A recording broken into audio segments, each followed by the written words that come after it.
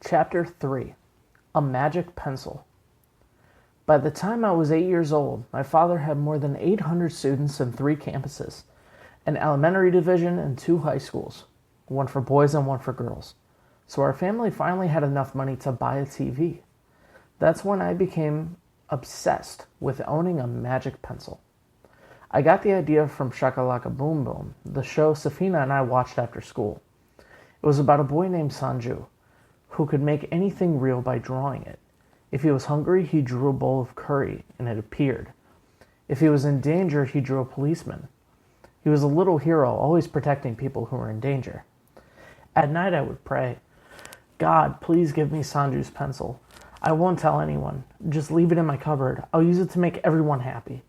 As soon as I finished praying, I would check the drawer, but the pencil was never there. One afternoon, the boys weren't home, and my mother asked me to throw away some potato peels and eggshells. I walked to the dump just a block or so away from our house, wrinkling my nose as I got close, swatting away flies and making sure I didn't step on anything in my nice shoes. If only I had Sanju's magic pencil, I would erase all of it. The smell, the rats, the giant mountain of rotting food. As I tossed our rubbish into the heap, I saw something move, and I jumped. It was a girl my age. Her hair was matted, and her skin was covered in sores.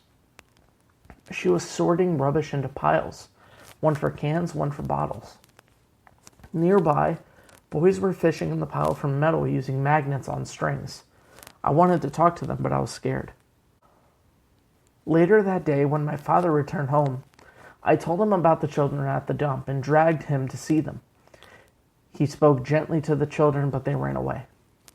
I asked him why they weren't in school. He told me that these children were supporting their families, selling whatever they found for a few rupees.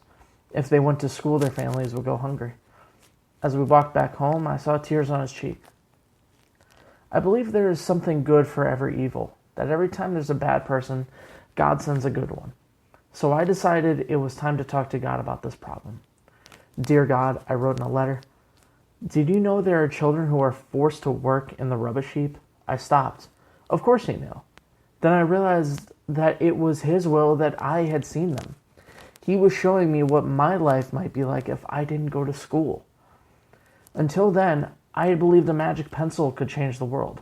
Now I knew I would have to do something. I didn't know what it was, but I asked God for the strength and courage to make the world a better place. I signed my letter, rolled it up, tied it to a piece of wood, placed a dandelion on top, and floated it in a stream that flows into the Swat River. Surely, God would find it there. As much as I wanted to help the children from the dump, my mother wanted to help everyone.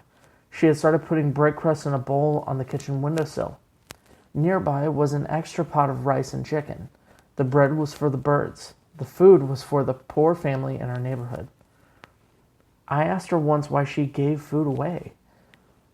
"We have known what it's like to be hungry," Pishosi said. "We must never forget to share what we have." So we shared everything we had. We even shared our home with a family of 7 who had fallen on hard times.